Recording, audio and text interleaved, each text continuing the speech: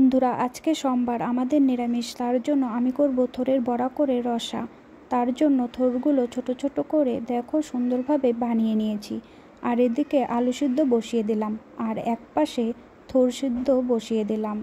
আর এদিকে আলু আর মশলা রেডি করে নিয়েছি। এখন পিঠালিতে হলুদ, লবণ আর কাঁচা লঙ্কা কুচি আর থোড়গুলো দিয়ে ভালো করে মেখে নেব। আর এদিকে বড়া ভাজার জন্য কড়াইতে তেল দিয়ে দিলাম।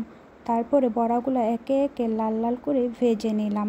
এদিকে তরকারি রান্না করার জন্য দিয়ে দিলাম তেলের মধ্যে শুকনো লঙ্কা, তেজপাতা আর জিরা। আর এদিকে বেটে রাখা মশলা, আর এদিকে লবণ আর পরিমাণ মতো হলুদ। এখন মশলাটা ভাজা ভাজা করার পর দিয়ে দেব আলুগুলো ভাজা ভাজা হওয়ার পর দিয়ে দেব পরিমাণ মতো জল। জলগুলো শুকিয়ে আসলে দিয়ে দেব ভেজে রাখা বড়া। তারপরে দিয়ে দেব ঘি আর এদিকে গরম মশলা দিয়ে নামিয়ে নেব। দেখো কি সুন্দর হয়েছে থোড়ের বড়ার রসা।